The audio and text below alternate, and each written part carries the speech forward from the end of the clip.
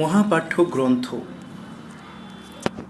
বিষয়বস্তু: অধ্যায় 1 উদ্বোধন, অধ্যায় 2 গরু বিষয়ক, অধ্যায় 3 ইমরানের পরিবার, অধ্যায় 4 নারী, অধ্যায় 5 খাদ্য, অধ্যায় 6 গবাদি পশু, অধ্যায় 7 উচ্চতা, অধ্যায় 8 যুদ্ধলব্ধ সম্পদ, অধ্যায় 9 প্রতি অনুশোচনা, অধ্যায় 10 জোনাহ, অধ্যায় 11 হুদ, অধ্যায় 12 জোসেফ, অধ্যায় 13 দ্য থান্ডার, অধ্যায় 14 আব্রাহাম, অধ্যায় 15 উচ্চ পাহাড়, অধ্যায় 16 মৌমাছি, অধ্যায় 17 রাত্রির যাত্রা, অধ্যায় 18 গুহা, অধ্যায় 19 মেরি, অধ্যায় 20 কবিতা, অধ্যায় 21 বার্তাবাহকগণ, অধ্যায় 22 তীর্থযাত্রা, অধ্যায় 23 বিশ্বাসী এবং বিশ্বস্তগণ, অধ্যায় 24 আলো, অধ্যায় 25 সত্য ও মিথ্যার মানদণ্ড, অধ্যায় 26 কবিরা, অধ্যায় 27 পিঁপড়ে, অধ্যায় 28 গল্প, অধ্যায় 29 মাকড়সা, অধ্যায় 30 রোমান, অধ্যায় 31 লোকমান, অধ্যায় 32 প্রণাম বা নমস্কার, অধ্যায় 33 গোষ্ঠী, অধ্যায় 34 সাবা, অধ্যায় 35 প্রবর্তক, অধ্যায় 36 ইয়াসিন, অধ্যায় 37 পদমর্যাদা যারা নির্ধারণ করে, অধ্যায় 38 সাদ, অধ্যায় 39 জনতা, অধ্যায় 40 ক্ষমাকারী, অধ্যায় 41 বিস্তারিত ব্যাখ্যা, অধ্যায় 42 পরামর্শ, অধ্যায় 43 স্বর্ণার অলঙ্কার, অধ্যায় 44 ধোঁয়া, অধ্যায় 45 হাঁটু গেড়ে বসে থাকা, অধ্যায় 46 আহকাব, অধ্যায় 47 প্রশংসিত প্রিয়তম, অধ্যায় 48 বিজয়, অধ্যায় 49 ব্যক্তিগত অ্যাপার্টমেন্ট, অধ্যায় 50 কাফ, অধ্যায় 51 দ্য উইন্ড দ্যাট স্ক্যাটার, অধ্যায় 52 সিনাই পর্বত, অধ্যায় 53 নক্ষত্র, অধ্যায় 54 চন্দ্র, অধ্যায় 55 দয়ালু, অধ্যায় 56 ঘটনা, অধ্যায় 57 লোহা, অধ্যায় 58 সাংসারিক তর্ক বিতর্ক, অধ্যায় 59 একত্রীকরণ, অধ্যায় 60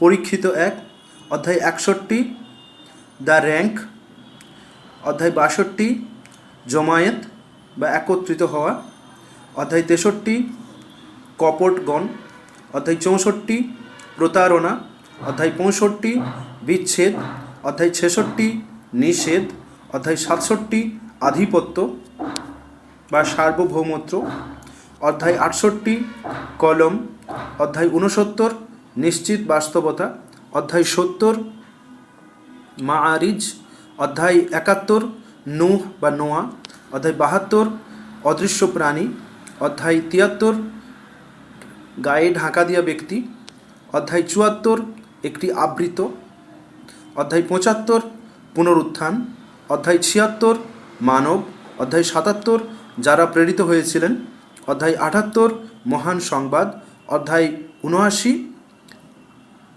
আত্মা ছিনতাইকারী, অধ্যায় 80 তিনি ভ্রুকুটি করেছিলেন বিষয়ক, অধ্যায় 81 তাকবীর, অধ্যায় 82 দ্য ক্লিভিং বা আসুন্দর, অধ্যায় 83 জালিয়াতি কারবারি, অধ্যায় 84 ইনশিকাক বা কম্পন, অধ্যায় 58 তারাদের প্রাসাদ,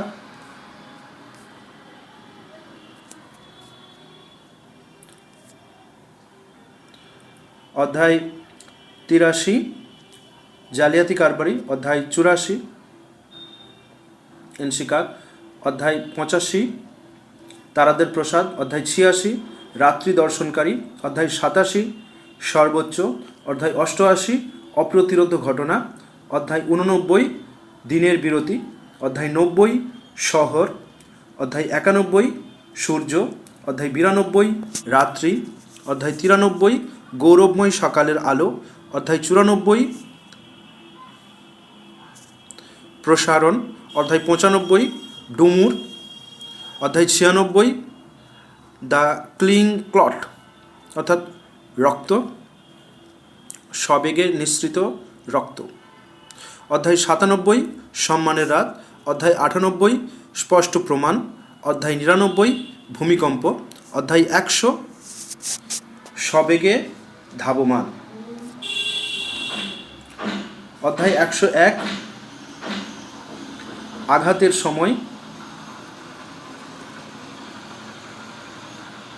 অধ্যায় 102 দ্য পাইলিং আপ, অধ্যায় 103 সময়, অধ্যায় 104 হুমাজা, অধ্যায় 105 হাতি, অধ্যায় 106 ব্যবসায়ীগণ, অধ্যায় 107 সহায়তা প্রদান নাকারী, যারা সহায়তা প্রদান করে না তাদের বিষয়ে, অধ্যায় 108 প্রাচুর্য, অধ্যায় 109 যাদের অন্তর ঢাকা তাদের বিষয়ে, অধ্যায় 110 সহায়তা সমর্থন, অধ্যায় 111 দড়ি দেওয়া অর্থাৎ দড়ি দিয়ে যারা ঘিরে রাখে, অধ্যায় 112 একত্ব, অধ্যায় 113 আকাশ, অধ্যায় 114 মানব জাতি।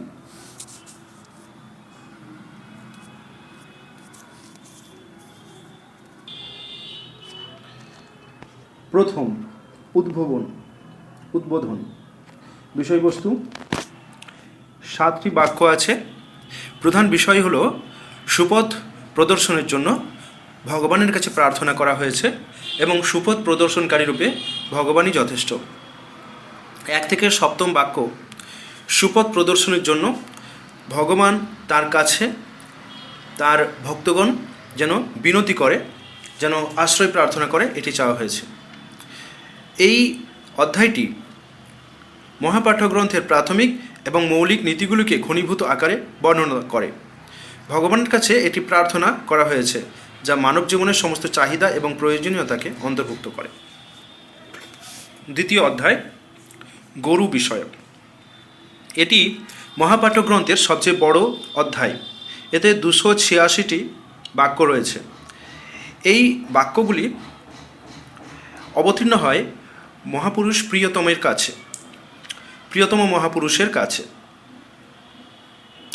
এতে সৃষ্টি, শপথ গ্রহণকারী, শপথ গ্রহণে অস্বীকারী, অবিশ্বাসকারী, কপটদের বৈশিষ্ট্য, ইসরায়েলিদের উপর ঈশ্বরের অনুগ্রহ, আব্রাহামের বিচার এবং তার প্রতি ঈশ্বরের প্রতিশ্রুতি, প্রার্থনার দিক নির্দেশ, দিক পরিবর্তন, নিহতের আত্মীয়দের হত্যার অধিকারের মতো বিষয়গুলি এতে কভার করা হয়েছে। খুন এবং পরিবারের দেওয়া আর্থিক ক্ষতিপূরণ, উপবাস, মারামারির রদ করার বিষয়ে এখানে বর্ণনা করা হয়েছে।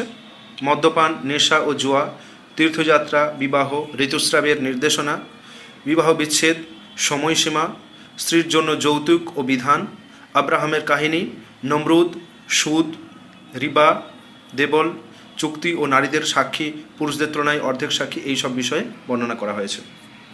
অর্থাৎ একজন নারী সাক্ষ্য দিতে গিয়ে ভুল করলে অন্যজন নারী তাকে মনে করিয়ে দেবে। অধ্যায়ের সারাংশ। বাক্য 1 থেকে 24 বর্ণনা করে যে মহাপাঠ্য গ্রন্থ কোনো সন্দেহ ছাড়াই বিশ্বাসযোগ্য এবং যারা শপথ গ্রহণকারী তাদের জন্য পথ নির্দেশক। আরও বলা যায় যারা বিশ্বাস স্থাপনকারী, ভগবানে আত্মসমর্পণকারী এবং যারা ভগবানে আত্মসমর্পণ করে না বা মুখে বলে আত্মসমর্পণ করেছি কিন্তু অন্তরে তার বিরুদ্ধে কথা বলে, তাদের বৈশিষ্ট্য নিয়ে আলোচনা করা হয়েছে।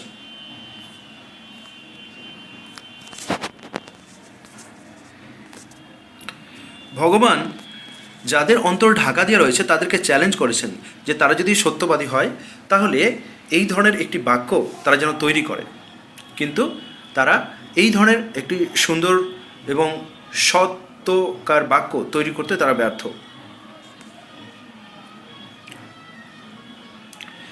25 থেকে 50 নম্বর বাক্যে বলা হয়েছে যে নন্দনকাননবাসীদেরকে অনুরূপ ফল পরিবেশন করা হবে এবং তারা বলবে যে এটি আমাদের পৃথিবীতে আগে থেকে দেওয়া হয়েছিল। মশার উদাহরণ দেওয়া হয়েছে এবং ঈশ্বর বলেছেন তিনি একটি মশা বা তার চেয়ে ছোটো কিছুর উদাহরণ স্থাপন করতে ভীরু নন, এবং পৃথিবী এবং 7 আকাশের সৃষ্টির বর্ণনা দেওয়া হয়েছে এবং আদিম মানবকে আরও সৃষ্টি করা হয়েছে এবং ঈশ্বরের আদেশ এবং শয়তানকে প্রণাম করতে, শয়তান আদিম মানবকে প্রণাম করতে অস্বীকার করেছে সেই বর্ণনাও এখানে আছে। এছাড়া শয়তান আদিম মানব ও তার স্ত্রী হাওয়াকে ঈশ্বরের অবাধ্য হওয়ার কুপরামর্শ দিয়েছিল, এর কারণ বর্ণনা করা হয়েছে এবং ঈশ্বর ইসরায়েলের সন্তানদেরকে তার অনুগ্রহের কথা মনে করিয়ে দেন। তিনি যেমন ইসরায়েলদের জন্য সমুদ্র ভাগ করেছিলেন এবং ফেরাউনের হাত থেকে তাদের রক্ষা করেছিলেন। 51 থেকে 66 নম্বর বাক্যগুলি মোজেসের সাথে 40 রাতের ঈশ্বরের নিযুক্তি এবং মূসার অনুপস্থিতিতে ইসরায়েলীয়দের দ্বারা বাছুরের উপাসনার বর্ণনা আছে। ইসরায়েলীয়রা ঈশ্বরকে দেখার জন্য দাবি করেছিল এবং একটি বজ্রপাত তাদের নিয়ে গিয়েছিল এবং তারা মারা গিয়েছিল এবং তারপর আবার পুনরুজ্জীবিত হয়েছিল। ঈশ্বর তাদের জন্য মান ও সালোয়া কোয়েল পাঠিয়েছিলেন, অর্থাৎ খাদ্য সহজলভ্য করে পাঠিয়েছিলেন।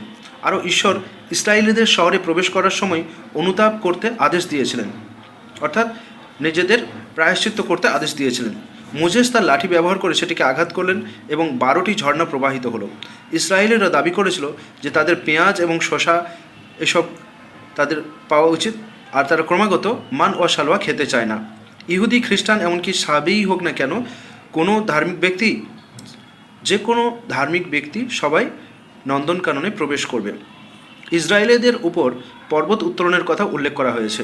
ঈশ্বর সীমালঙ্ঘনকারীদের শাস্তি হিসেবে বানর বানিয়েছিলেন। বাক্য 67 থেকে 101 থেকে মোজেস তার লোকেদের বলেছিলেন যে ঈশ্বর তাদের একটি গরু উৎসর্গ করার আদেশ দিয়েছিলেন। তারা অপ্রাসঙ্গিক তদন্ত করে সেই গরুকে উৎসর্গ করা এড়িয়ে যায় এবং শেষ পর্যন্ত তারা সেটিকে উৎসর্গ করে এবং ঈশ্বর তাদের সেই গরুর একটি টুকরো দিয়ে একজন খুন করা লোকের কাছে যেতে বলেছিলেন। সে যখন জীবিত হয়ে ওঠে, ইসরায়েলীয়দেরকে ঈশ্বরের আনুগত্য করতে এবং সৎ কাজ করার আদেশ দেওয়া হয়েছিল, কিন্তু তারা তাদের প্রতিশ্রুতি থেকে পিছিয়ে গিয়েছিল। ঈশ্বর কঠোর প্রতিশ্রুতি দিয়েছিলেন পরকালে তাদের জন্য শাস্তি। ইসরায়েলেরা আরও বার্তাবাহক প্রিয়তমকে মেনে নিতে অস্বীকার করেছিল। তাকে চিনতে পেরেও ঈশ্বর উল্লেখ করছেন যে কীভাবে তিনি ইসরায়েলদের উপর তুর পর্বত উত্থাপন করেছিলেন এবং তাদের শোনার ও আনুগত্য করতে আদেশ করেছিলেন, কিন্তু তারা বলেছিল আমরা শুনি এবং অমান্য করি। যে ব্যক্তি জিব্রাইল, মাইকেল এবং অন্যান্য দেবদূতদের শত্রু, ভগবান প্রকৃতপক্ষে সেই ব্যক্তির শত্রু। 102 থেকে 123 নম্বর বাক্যে সুলেমান, হারুত, মারুত, ব্যাবিলন, জাদু এবং শিক্ষার কাহিনী বর্ণনা করা হয়েছে। তদুপরি এটি বলা হয়েছে যে জাদু একটি পরীক্ষা ছাড়া আর কিছু নয়। ঈশ্বর বিশ্বাসীদেরকে বার্তাবাহকে রায়না না বলার জন্য আদেশ দেন এবং আনজুর না বা আমাদের দিকে দৃষ্টিপাত করুন বলার জন্য আদেশ করেছেন। ঈশ্বর কিছু বাক্য বাতিল করেছেন এবং গ্রন্থের লোকেদের দাবি অস্বীকার করেছেন যে ইহুদি ও খ্রিস্টান ছাড়া কেউ জান্নাতে প্রবেশ করবে না, এরকম ঈশ্বর অস্বীকার করেছেন এই বক্তব্যে। বাক্য 124-143 ইব্রাহামের বিচার এবং ঈশ্বরের প্রতিশ্রুতির উল্লেখ রয়েছে। আমি আপনাকে জনগণের নেতা করব। তারপর আব্রাহাম তার বংশধরদের জন্য প্রার্থনা করেন। ঈশ্বর বলেন, আমার প্রতিশ্রুতি আপনার বংশধরদের মধ্যে অন্যায়কারীদের জন্য নয়। পরবর্তী বাক্যগুলি আব্রাহামের দ্বারা কাবা উপাসনা গৃহ নির্মাণ এবং তার প্রার্থনার বর্ণনা দেয়। ঈশ্বরের রং বা ধর্ম গ্রহণ করো, যার রং ভগবানের কাছে অন্যান্য সকল রঙের চেয়ে উত্তম। ঈশ্বর বলেছেন যে তিনি আত্মসমর্পণকারীদের একটি ন্যায়সঙ্গত, ভারসাম্যপূর্ণ মধ্যজাতি বানিয়েছেন। 144 থেকে 179 নম্বর বাক্যগুলোতে প্রার্থনালয় আল আকসা থেকে আল হারাম বা সম্মানিত প্রার্থনালয় এ প্রার্থনার দিক পরিবর্তনের কথা বলেছেন। গ্রন্থের লোকেরা প্রিয়তমকে চিনতে পারে যেমন তারা নিজের ছেলেদের চেনে। শহীদরা মৃত নয়, তারা বেঁচে থাকে। ভয়, ক্ষুধা ও সম্পদের ক্ষতির মাধ্যমে ভগবান তার বিশ্বাসী ভক্তদের পরীক্ষা করবেন। সাফা পাহাড় ও মারোয়া পাহাড় ভগবানের নিদর্শনসমূহের অন্তর্ভুক্ত। মৃত প্রাণী, রক্ত, শূকরের মাংস এবং যা কিছু ভগবানের ব্যতীত অন্যের উদ্দেশ্যে উৎসর্গ করা হয়েছে সবই নিষিদ্ধ খাবার। হত্যাকারীকে হত্যা করার জন্য নিহতের আত্মীয়দের অধিকার, খুন বা ভিকটিম পরিবারকে দেওয়া আর্থিক ক্ষতিপূরণ, কিসাস ও দিয়াত উল্লেখ করা হয়েছে এবং ভগবান বলেন এতে আপনার ভগবানের পক্ষ থেকে উপশম ও দয়া রয়েছে। 180 থেকে 212 শ্লোক থেকে উইল ও উত্তরাধিকারের বর্ণনা দেওয়া হয়েছে। উপবাস সংক্রান্ত আরও নির্দেশনা দেওয়া হয়েছে, যেমন কেউ যদি উপবাস রাখতে না পারে তবে সে সমান সংখ্যক দিন পরে উপবাস রাখতে পারে বা একজন মানুষকে খাওয়াতে পারে। উপবাস অবস্থায় রাতে স্ত্রীদের কাছে যাওয়া বৈধ। আরও লড়াই, হত্যা বা দুর্নীতি হত্যার চেয়েও জঘন্য। ভগবান উপাসনালয় এ যুদ্ধ না করার নির্দেশ দিয়েছেন যতক্ষণ না যাদের অন্তর ঢাকা পড়ে রয়েছে তারা সেখানে আপনার সাথে যুদ্ধ করে, এবং পবিত্র মাসে যুদ্ধের নির্দেশনাও দেওয়া হয়েছে। মাথা মুন্ডন, উপবাস এবং পশু উৎসর্গ করার মতো পিলগ্রিমেজ বা তীর্থযাত্রার নির্দেশনা উল্লেখ করা হয়েছে। 213 থেকে 235 বাক্যগুলিতে বর্ণনা করেছে যে মানবজাতি তাদের বিচ্যুতির আগে এক ধর্মেরই ছিল। তাছাড়া পবিত্র মাসে যুদ্ধ করা মহাপাপ, কিন্তু মানুষকে ভগবানের পথ থেকে বিরত রাখা বড় পাপ, হত্যার চেয়েও বড় পাপ। মদ্যপান, নেশা, জুয়া নিষিদ্ধ করা হয়েছে। ভগবানকে মূর্তিতে সীমাবদ্ধকারীদের মধ্যে বিবাহ নিষিদ্ধ করা হয়েছে এবং একজন ভগবানে বিশ্বাসী এবং শপথ গ্রহণকারী কৃতদাস একজন ভগবানের অন্যত্র ভগবানত্ব আরোপকারীর চেয়েও উত্তম, যদিও সে আপনাকে খুশি করতে পারে। ঋতুস্রাব সংক্রান্ত নির্দেশাবলী বিস্তারিত নিচে দেওয়া হয়েছে। বলা হয়েছে নারীরা তাদের স্বামীর জন্য বীজ বপনের জায়গার মতো। বিবাহ বিচ্ছেদ এবং ইদ্যুৎকাল সংক্রান্ত নির্দেশাবলী দেওয়া হয়েছে, যেন বিবাহ বিচ্ছেদের পর যৌন সম্পর্ক না থাকলে 4 মাস ইদ্যত। অন্য ক্ষেত্রে ইদ্যতের সময়কাল 3 মাস। যদি বিবাহ বিচ্ছেদ ঘটে তবে একই স্ত্রীর সাথে পুনরায় বিবাহ করবার অনুমতি শুধুমাত্র বিবাহের পরে বা হালালার পরে। অর্থাৎ স্ত্রীকে বিবাহ বিচ্ছেদ দিলে সঙ্গে সঙ্গে বিবাহ করা যাবে না, সে নতুন স্বামীতে বিবাহ আবদ্ধ হবে। যদি তারপর তারা পরস্পর সম্পর্ক ছিন্ন করে তবেই দ্বিতীয় বিবাহ করা যাবে। সে যদি দ্বিতীয় সম্পর্ককে ছিন্ন না করে এবং ফিরে না আসে দ্বিতীয়বার বিবাহ করা যাবে না। আবার বিচ্ছেদের উদ্দেশ্য মনের মধ্যে আবৃত রেখে বিবাহ করা, সেই বিবাহ বৈধ হবে না।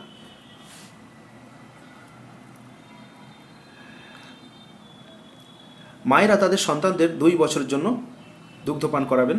তাদের স্বামী মারা গেলে মহিলাদের জন্য অপেক্ষার সময়কাল 4 মাস 10 দিন। 236 থেকে 274 নম্বর বাক্যগুলিতে বলা হয়েছে যৌতুক ও স্ত্রীর বিধান সংক্রান্ত নির্দেশনা উল্লেখ করা হয়েছে। পরবর্তী বাক্যে হাজার হাজার মানুষের গল্প উল্লেখ করা হয়েছে যারা মরে গেছে এবং তারপর ঈশ্বরের কৃপায় জীবিত হয়ে উঠেছে। স্যামুয়েল, শল, গালিয়াদ, দাউদ, হযরত আব্রাহাম ও নমরুদের উল্লেখ এবং মৃত্যু, জীবন এবং সূর্যের উদয় সম্পর্কে ঈশ্বরের সাথে আব্রাহামের কথোপকথন উল্লেখ করা হয়েছে। পরবর্তী বাক্যগুলিতে এমন একজন ব্যক্তির গল্প বর্ণনা করে যে 100 বছর ধরে মৃত ছিল, তারপর ঈশ্বরের কৃপায় জীবিত হয়ে ওঠে এবং ঈশ্বর তাকে তার গাধা এবং খাদ্য সম্পর্কে জিজ্ঞাসা করেন। আব্রাহাম জীবন সম্পর্কে ঈশ্বর জিজ্ঞাসা এবং মৃত্যু সম্পর্কে জিজ্ঞাসা করেন। ঈশ্বর আব্রাহামকে 4টি পাখির পরীক্ষা দিয়েছিলেন যারা ঈশ্বরের অনুগ্রহে জীবিত হয়েছিল। পরবর্তী বাক্যে সম্পদ ব্যয়ের পুরস্কারের কথা উল্লেখ করা হয়েছে এবং এটিকে 7টি কানযুক্ত শস্যের উদাহরণ এবং প্রচুর গুণের সাথে সম্পর্কযুক্ত করা হয়েছে। বাক্য 275 থেকে 286। এই বাক্যগুলোতে বলা হয়েছে ঈশ্বর সুদকে নিষিদ্ধ করেছেন এবং তিনি তার নামে প্রদত্ত অর্থে বৃদ্ধি করেন এবং সুদের অর্থ হ্রাস করেন। যারা সুদ খায় তারা বিচারের দিন পাগল হয়ে দাঁড়াবে। ঈশ্বর সুদকে ভগবান এবং তার প্রিয়তম এর বিরুদ্ধে যুদ্ধ বলে মনে করেন। ঋণ ও চুক্তি দুইজন সাক্ষীর উপস্থিতিতে লিখতে হবে এবং নারীদের সাক্ষী পুরুষদের তুলনায় অর্ধেক, অর্থাৎ একটি নারী আরেকটি নারীকে ভুলে গেলে মনে করিয়ে দেওয়ার জন্য সাক্ষী হিসেবে উপস্থিত থাকবে। অধ্যায়টি এই প্রার্থনার মাধ্যমে শেষ হয় যে আমরা শুনি এবং আমরা মেনে চলি। আমরা আপনার কাছে ক্ষমা চাই। আপনার কাছে ফিরে আসাই আমাদের গন্তব্য। আমাদের প্রভু আমাদের উপর চাপিয়ে দেননি। যদি আমরা ভুলে যাই বা ভুল করে থাকি তবে আমাদের প্রভু আমাদের উপর কোনো বোঝা চাপিয়ে দেন না। আমাদের প্রতিপালক আমাদের পূর্ববর্তীদের উপর যেমন বোঝা চাপিয়েছিলেন আমাদেরকে এমন বোঝা দেবেন না যা বহন করার ক্ষমতা আমাদের নেই, এবং আমাদের ক্ষমা করুন এবং দয়া করুন। আপনি আমাদের অভিভাবক, সুতরাং আমাদেরকে যারা অন্তর ঢাকা দিয়ে রাখে, অন্তর সত্য প্রবেশ করতে দেয় না, তাদের উপর বিজয় দান করুন।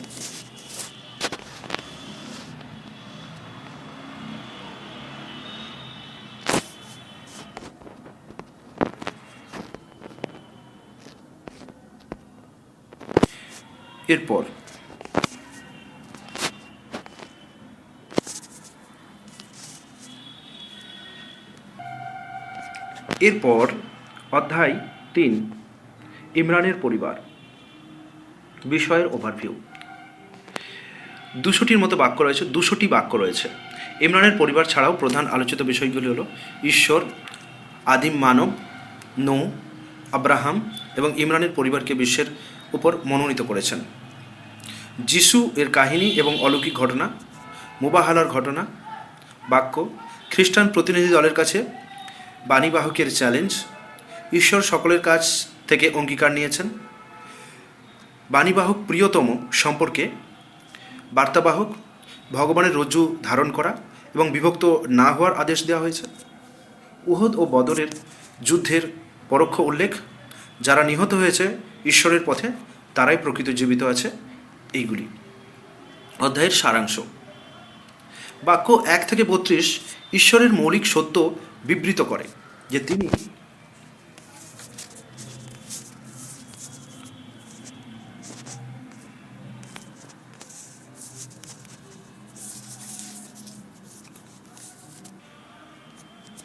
সুপার পাওয়ার, অসীম ক্ষমতাধর। তাছাড়া এই বাক্যগুলিতে পবিত্র গ্রন্থ অবতীর্ণ হওয়া এবং মৃত্যু পরবর্তী জীবন সম্পর্কেও কথা বলা হয়েছে।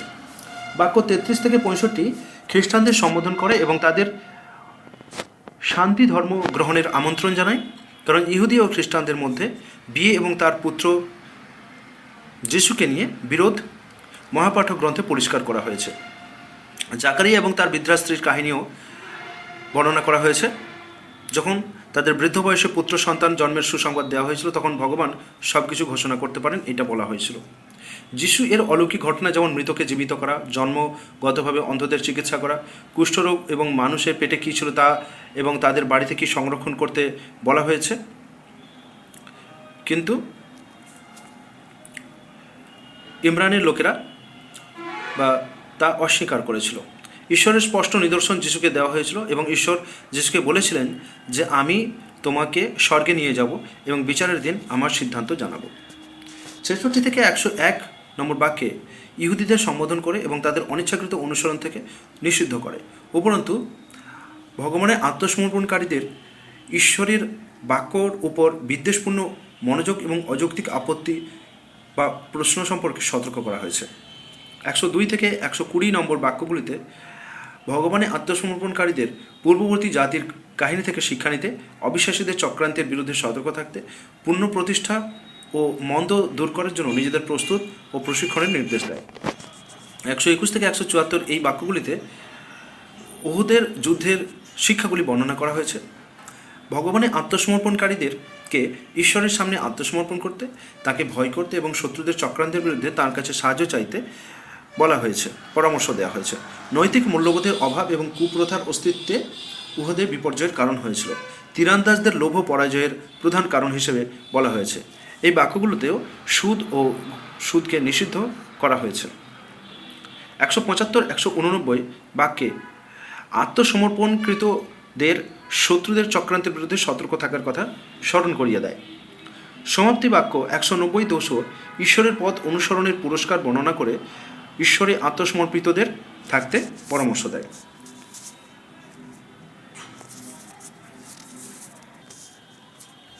ঐক্যবদ্ধ থাকুন এবং বিরোধীদের চক্রান্তের বিরুদ্ধে সতর্ক থাকুন।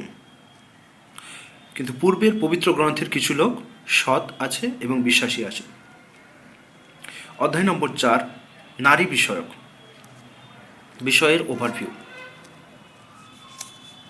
নারী বিষয়ক অধ্যায় 176টি বাক্য রয়েছে। এই বাক্যগুলির মূল বিষয়বস্তুগুলো হলো একজন ভগবানে আত্মসমর্পণকৃত ব্যক্তির জীবনধারার বেশ কিছু দিক, যার মধ্যে রয়েছে পারিবারিক জীবন, সাক্ষী সংক্রান্ত নির্দেশনা, ভণ্ডদের বৈশিষ্ট্য এবং যিশুর ক্রুশবিদ্ধকরণ। সারাংশ: 1 থেকে 35 নম্বর বাক্যগুলিতে আলোচনা আছে যে মসৃণ জীবনের জন্য স্বামী এবং স্ত্রীর মধ্যে সম্পর্ক ন্যায়, বিচার এবং ন্যায়ের উপর ভিত্তি করে হওয়া উচিত। উত্তরাধিকার বিভাজন এবং অনাথদের অধিকার বিস্তারিতভাবে বর্ণনা করা হয়েছে। বাক্য 36 থেকে 42 ভগবানে আত্মসমর্পণকারীদের নির্দেশ দেয় যে একটি উন্নত ও সমষ্টিগত সমাজের জন্য তাদের উদার হওয়া উচিত এবং হীনমন্যতা, স্বার্থপরতা এবং কৃপণতা এবং মনস্যহীনতা পরিহার করা উচিত। বাক্য 43 প্রার্থনার মাধ্যমে মন এবং শরীরের শুদ্ধিকরণ প্রক্রিয়া বর্ণনা করা হয়েছে, কারণ এটি আত্মা পরিশোধক। বাক্য 44-57 ভগবানে আত্মসমর্পণকারী ভক্তদের নির্দেশনা দেয় প্রার্থনার মাধ্যমে তাদের আত্মা এবং দেহের নৈতিক প্রস্তুতি ও উন্নতির পর কীভাবে ইহুদিদের ধূর্ত অভ্যাস এড়ানো যায়। বাক্য 58 থেকে 72 বিশ্বাসীদের সৎ এবং যোগ্য লোকেদের উপর আস্থা রাখতে আদেশ দেয়, গাইড করে, যারা ন্যায় এবং সঠিক কাজ করে এবং ঈশ্বরের আনুগত্য করে।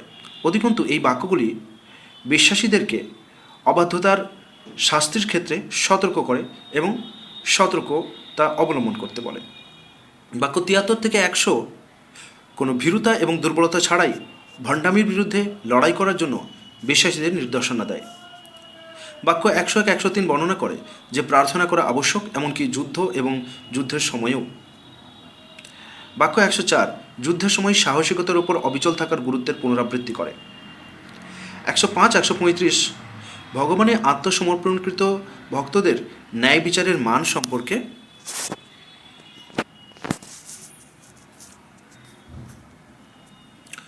সম্প্রদায়কে সতর্ক করা হয়েছে। এতদ্ব্যতীত 136 থেকে 135 নম্বর বাক্যগুলিতে আবার ভণ্ড, অবিশ্বাসী এবং গ্রন্থের লোকেদের চক্রান্তের বিরুদ্ধে প্রতিরক্ষা ব্যবস্থা প্রত্যাহার করে এবং সফলতার জন্য পরম প্রিয়তমকে অনুসরণ করার সঠিক নির্দেশনা পুনরাবৃত্তি করে।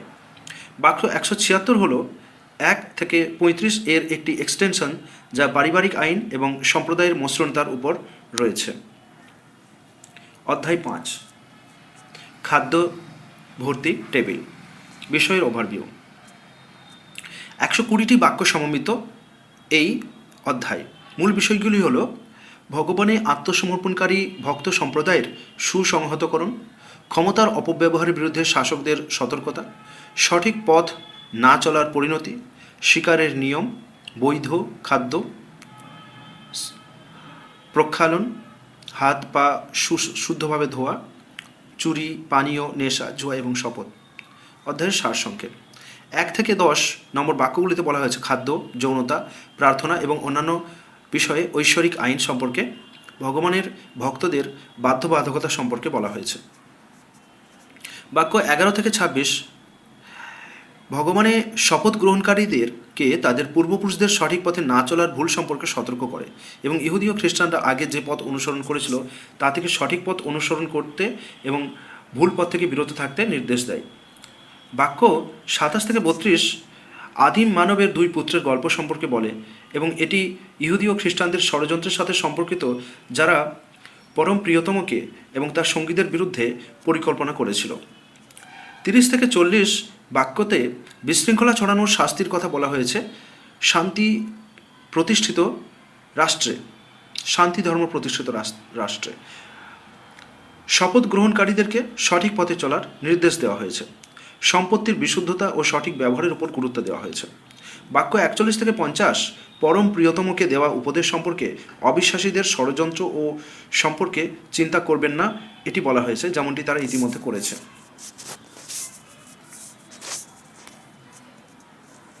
তাদের ঐশ্বরিক বই বাইবেল এবং গসপেল তারা ত্যাগ করে বসে আছে। বাক্য 51 থেকে 69 ইহুদি ও খ্রিস্টানদের সাথে বন্ধুত্ব না করার জন্য বিশ্বাসীদেরকে সতর্ক করা হয়েছে, অর্থাৎ তাদের মধ্যে যারা তাদের প্রকৃত গ্রন্থকেই মানে না এবং কপটতা করে তাদের থেকে দূরে থাকতে বলা হয়েছে। বাক্য 70 থেকে 86 নম্বর বাক্যে ইহুদি ও খ্রিস্টানদের সম্পর্কে বলা হয়েছে যে খ্রিস্টানরা ইহুদিদের চেয়ে উত্তম, কারণ তাদের মধ্যে কেউ কেউ সত্যের দিকে ঝুঁকেছে। অর্থাৎ সেই ইহুদি হোক বা খ্রিস্টান হোক যদি সত্যের দিকে ঢুকে তাহলে সে মহান বা মহত্তম। বাক্য 87 থেকে 108 জীবনের বৈধ এবং অবৈধ বিষয় সম্পর্কে যা ইতিমধ্যে 1:10 বাক্যে বলা হয়েছে। বাক্য 1:09 থেকে 119 ভগবান তার বার্তাবাহকদেরকে যেভাবে ডাকবেন তা বর্ণনা করে বলা হয়েছে। এতে ঈশ্বরের সাথে যিশুর কথোপকথনের বর্ণনা করা হয়েছে। তারপর ঈশ্বর বার্তাবাহকদের কাছে জিজ্ঞেস করবেন যে তারা মানুষকে মিথ্যা আশা দিয়েছেন কিনা।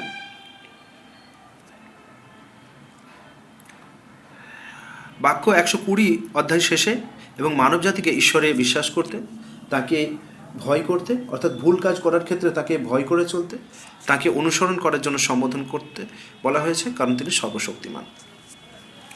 অধ্যায় নম্বর 6 পশু, বৈধ পশু সম্পর্কে আলোচনা। 165টি বাক্য আছে এতে।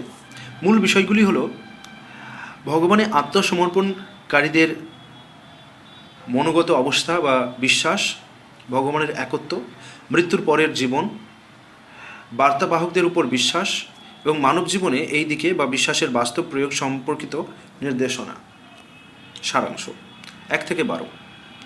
যাদের অন্তর সত্য থেকে দূরে, যাদের অন্তর ঢাকা পড়ে আছে, তাদের পূর্বপুরুষদের শাস্তি সম্পর্কে সতর্ক করে, কারণ তারা সত্য পথকে অস্বীকার করেছিল এবং অস্বীকার করার ক্ষেত্রে তাদের পরিণতি হবে।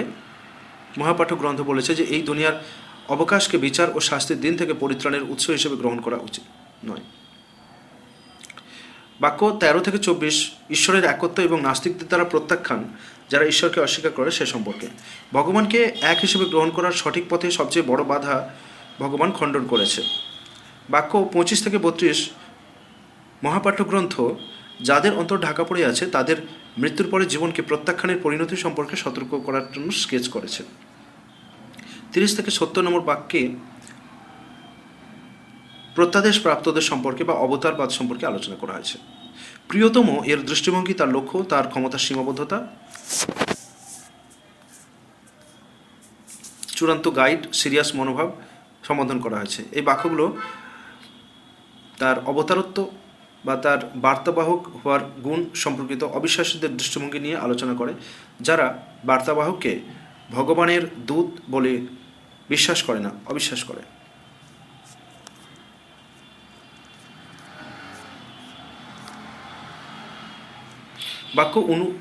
বাক্য 74 থেকে 90 আব্রাহামের সাথে প্রিয়তমের গল্পের সাথে সম্পর্কিত, কারণ আরবরা বিশ্বাস থেকে একই বিরোধিতা করেছিল।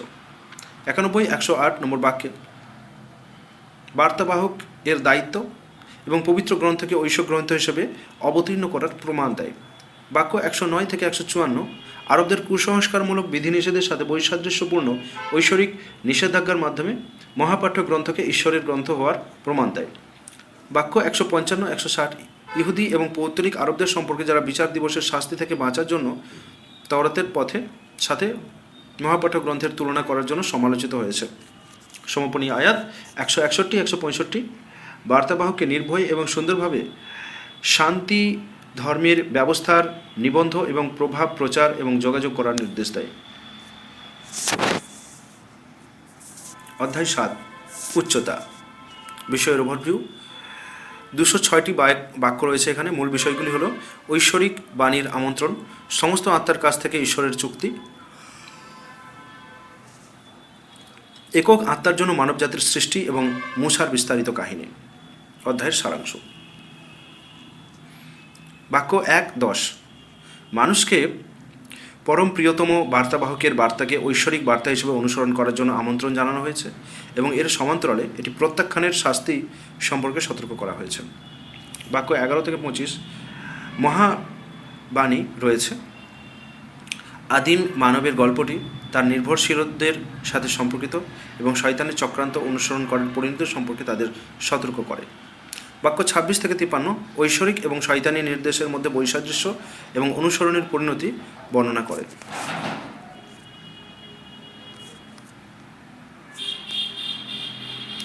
54-58 শ্লোকগুলি ঈশ্বরের সত্য পথ অনুসরণের উপর জোর দেয় এবং এটি মৃত পৃথিবীর জীবন দেওয়ার জন্য পাঠানো বৃষ্টির সাথে সাদৃশ্যপূর্ণ। 59-171 এই বাক্যগুলি নূহ, হুদ, সালিহ, লূত, শুআয়ব, মূসার মতো সুপরিচিত বার্তাবাহকদের জীবন এবং ঐশ্বরিক বার্তার প্রতি তাদের জাতির আচরণ সম্পর্কে। এই বাক্যগুলি আরও বর্ণনা করে যে তারা ঐশ্বরিক বার্তাকে প্রত্যাখ্যান যারা করেছিল এবং শাস্তি থেকে পরিত্রাণের উৎস হিসেবে পরম বার্তাবাহক, পরম প্রিয়তম বার্তা অনুসরণ করার জন্য পরিণতি এবং চাপের মুখোমুখি হয়েছিল এবং পূর্ববর্তী জাতিগুলির যে খারাপ পরিণতির মুখোমুখি হয়েছিল তার বর্ণনা করা হয়েছে। বাক্য 172-174 বর্ণনা করে ইসরায়েলীয়দের কাহিনী এবং মহা আদিম মানবকে নিয়োগের ব্যাপারে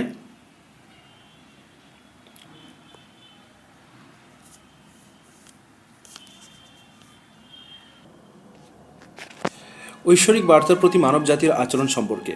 এই বাক্যগুলি আরও বর্ণনা করে যে তারা ঐশ্বরিক বার্তাকে প্রত্যাখ্যান করেছিল এবং শাস্তি থেকে পরিত্রাণের উৎস হিসাবে বার্তাবাহক পরম প্রিয়তমের বার্তা অনুসরণ করার জন্য এবং পরিণতি এবং চাপের মুখোমুখি হয়েছিল এবং পূর্ববর্তী জাতিগুলি যে খারাপ অবস্থার পরিণতির মুখোমুখি হয়েছিল। বাক্য 172-174 বর্ণনা করে ইসরায়েলীদের কাহিনী এবং আদিম মানবকে নিয়োগের সময় মানবতার দ্বারা নেওয়া চুক্তিগুলি। বাক্য 175-179 একজনের উদাহরণ দেয় যার সত্য পথের জ্ঞান ছিল কিন্তু সে অস্বীকার করেছিল এবং বার্তাটিকে মিথ্যা আচরণ করেছিল।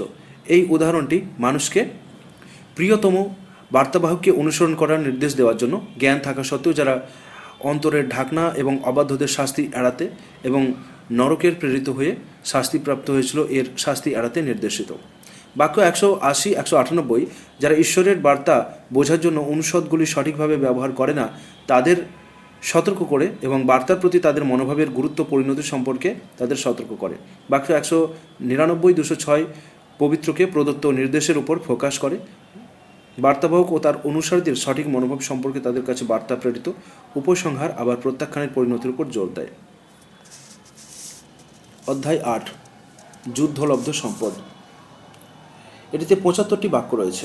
আলোচিত প্রধান বিষয় হল যুদ্ধের সমস্যা, যুদ্ধলব্ধ সম্পদ, বদর যুদ্ধ, যুদ্ধের লব্ধ সম্পদ বন্টনের নিয়ম ইত্যাদি।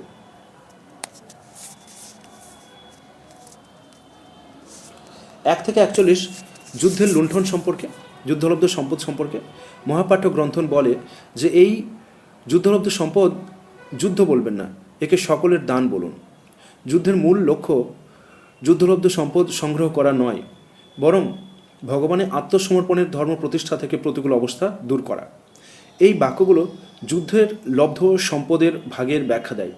42-54 নম্বর বাক্যগুলিতে অজ্ঞতার উপর ভগবানের আত্মসমর্পণ, ভগবানের কাছে তার ভক্তদের আত্মসমর্পণের বিজয়কে দেখানোর জন্য বদরের যুদ্ধের কথা বলা হয়েছে।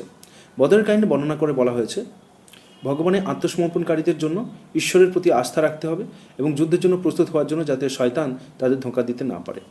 বাক্য 55-79 চুক্তির পরিপূর্ণতা সম্পর্কে এবং ভগবানের আত্মসমর্পণকৃত ব্যক্তিদেরকে কঠোরভাবে চুক্তিগুলো অনুসরণ করার নির্দেশনা দেয় যতক্ষণ না অন্য পক্ষ তাদের ভঙ্গ না করে। বাক্য 60-66 ভগবানের আত্মসমর্পণকারীদের সর্বদা যুদ্ধের জন্য প্রস্তুত থাকতে নির্দেশ করে, তবে অন্যান্য পক্ষ শান্তির দিকে ঝুঁকে থাকলে শান্তির জন্য প্রস্তুত থাকা উচিত। বাক্য 67-71 যুদ্ধবন্দীদের সম্পর্কিত নির্দেশাবলী সম্পর্কে। বাক্য 72-75 একতা সম্পর্কে এবং ভগবানের আত্মসমর্পণকারীদের প্রতিপক্ষের বিরুদ্ধে একত্রিত হতে এবং একে অপরের সাথে ভদ্র হওয়ার নির্দেশ দেয়। অধ্যায় 9 প্রায়শ্চিত্ত।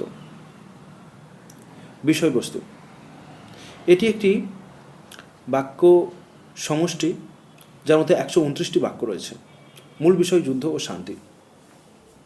সারাংশ 1-12 চুক্তি এবং নিয়ম ও প্রবিধানের পক্ষে সম্পর্কে যা ভগবানের আত্মসমর্পণকারীদের কঠোরভাবে অনুসরণ করা আবশ্যক যদি না অন্য পক্ষ তাদের ভঙ্গ না করে। বাক্য 13-37 ভগবানের আত্মসমর্পণকারী ভক্তদেরকে অবিশ্বাসীদের সাথে যুদ্ধ করার নির্দেশ দেয়, অর্থাৎ ভগবানের বার্তার প্রতি যারা শপথ গ্রহণ করেন না এবং অবিশ্বাস করে তাদের বিরুদ্ধে যুদ্ধ করতে উৎসাহ দেয় এবং অবিশ্বাসীদেরকে তাদের দুষ্টু কাজের পরিণতি সম্পর্কে সতর্ক করে। বাক্য 38 থেকে 70, তারা পুরস্কার সম্পর্কে ঈশ্বরের প্রতিশ্রুতি হিসেবে তারা পাবে যদি তারা অবিশ্বাসের সাথে দ্বন্দ্ব সক্রিয় অংশগ্রহণ করে। অবিশ্বাসের সাথে যে দ্বন্দ্ব, যে যুদ্ধ, তাতে সক্রিয়ভাবে অংশগ্রহণ করে, কারণ এটাই এমন মাপকাঠি যা ভগবানের আত্মসমর্পণকারীদেরকে কপটদের থেকে আলাদা করে এবং প্রকৃত ভগবানের আত্মসমর্পণকারীদেরকে যুদ্ধে অংশগ্রহণ প্রকৃত ভগবানের আত্মসমর্পণকারীরাই যুদ্ধ করবে এবং কপটদের তা থেকে দূরে থাকবে।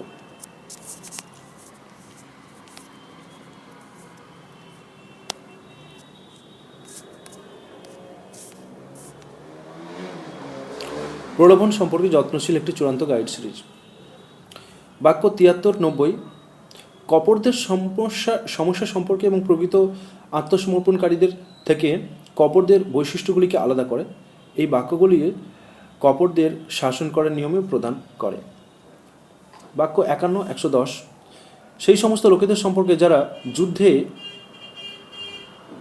অর্থাৎ তাবুকের যুদ্ধে সাথে ছিলেন না এবং যারা বার্তাবাহকের সাথে যোগ দিতে পারেনি, তাদের বিভিন্ন শ্রেণীবিভাগের কথা বলা হয়েছে। শ্রেণীবিভাগের মধ্যে অক্ষম ব্যক্তি, অসুস্থ, অসহায়, ভণ্ড, মুমিন অর্থাৎ বিশ্বাসী ব্যক্তিরা ছিল যারা মহাপ্রিয়তমকে প্রত্যাবর্তনে যোগদান না করার ভুল স্বীকার করেছিল। তাবুক যুদ্ধে যোগদান না করার অভিপ্রায় এবং পরিস্থিতির উপর ভিত্তি করে কিয়ামতের দিন বা মহাপ্রলয়ের দিন সকল শ্রেণীবিভাগের বিচার করা হবে। বাক্য 111-118, বিশ্বাসীদের বৈশিষ্ট্য সম্পর্কে এবং তাদের ঈশ্বরের কাছ থেকে সাহায্য ও নির্দেশনা পাওয়ার আশ্বাস দেওয়া হয়েছে। অধ্যায়ে বলা হয়েছে যে 3 শ্রেণীর বিশ্বাসীদেরকে যারা তাবুকে অংশ নিতে পারেনি তাদের আন্তরিকতার কারণে ক্ষমা করা হবে। বাক্য 119-127, বিশ্বাসীদের জন্য নির্দেশনার সাধারণ নির্দেশাবলী দিয়ে কাজ করে। আয়াত 128-129 এই বার্তাটি শেষ করে যে মেসেঞ্জারকে অনুসরণ করে তিনি সত্যিকারের শুভাকাঙ্ক্ষী এবং বিশ্বজগতের প্রভু ঈশ্বরে বিশ্বাস করেন। অধ্যায় 10, জোনা 109টি বাক্যে সমন্বিত। মূল বিষয়গুলি হলো হযরত জোনার কাহিনী এবং মহাবিশ্ব সৃষ্টি। 1-10, মহাপাঠ্য গ্রন্থকে জ্ঞানের বই হিসেবে বর্ণনা করে এবং বলে যে মহাবিশ্ব 6 দিনে সৃষ্টি হয়েছে, সূর্য একটি প্রদীপের মতো এবং চাঁদ উদ্ভূত আলোর মতো।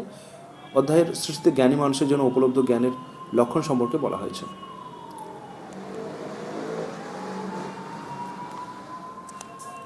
আকাশ, পৃথিবী, সূর্য, চাঁদ, দিন এবং রাত।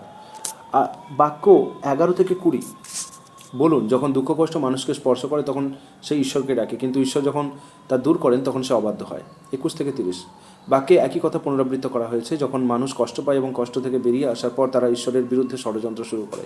পার্থিব জীবন বর্ণনা করা হয়েছে সৃষ্টি ও ফসল কাটার উদাহরণ দিয়ে। যারা খারাপ কাজ করে তারা পরিণাম ভোগ করবে এবং যারা তাদের উপাসনা করে তারা বিচারের দিন তাদের কোনো সাহায্য করবে না, ভগবানকে বাদ দিয়ে যাদের উপাসনা করে। বাক্য 31-40, মানুষকে প্রশ্ন করে যে তাদের জন্য কে স্বর্গ ও পৃথিবী থেকে প্রয়োজনীয় জিনিস সরবরাহ করে এবং কে তাদের শ্রবণ ও দৃষ্টি নিয়ন্ত্রণ করে, এবং এটা উত্তর দেন যে ভগবান সব কিছু নিয়ন্ত্রণ করেন। এবং এই বাক্যগুলো গ্রন্থের ঐশ্বরিকতা নিয়েও আলোচনা করে এবং মানুষকে চ্যালেঞ্জ করে যে তারা সত্যবাদী হলে এর মতো একটি বাক্যাবলী আনতে বা অধ্যায় আনতে। 41-60 পর্যন্ত বাক্যে আলোচনা করা হয়েছে যে মহাপাঠ্য গ্রন্থে অবিশ্বাসীরা ক্ষতিগ্রস্ত হবে। ভগবান মানুষের প্রতি অন্যায় করেন না, কিন্তু মানুষ নিজেই তাদের প্রতি অন্যায় করে। শেষ দিন পর্যন্ত মানুষ একে অপরকে চিনবে এবং তারা ভাববে যে তারা এই পৃথিবীতে মাত্র 1 ঘন্টার জন্য এসেছে। অংশগুলির ব্যাখ্যা করে যে লোকেরা বার্তাবাহক প্রিয়তমের কাছে জিজ্ঞাসা করেছিল যে কখন বিচার দিন ঘটবে। তখন মহাপাঠ্য গ্রন্থ বার্তাবাহককে উত্তর দেয় যে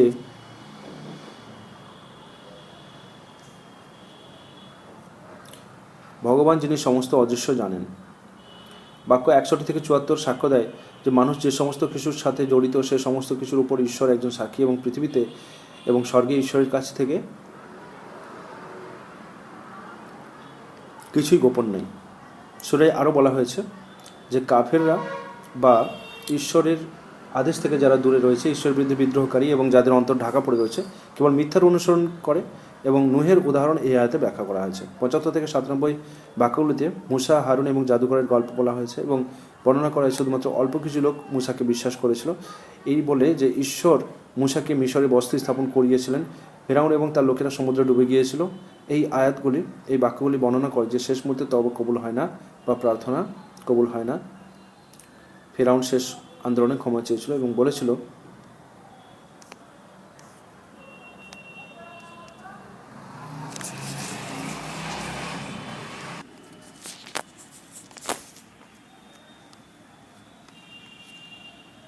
যে সে ঈশ্বরে বিশ্বাস করে, কিন্তু ভগবান শেষ মুহূর্তে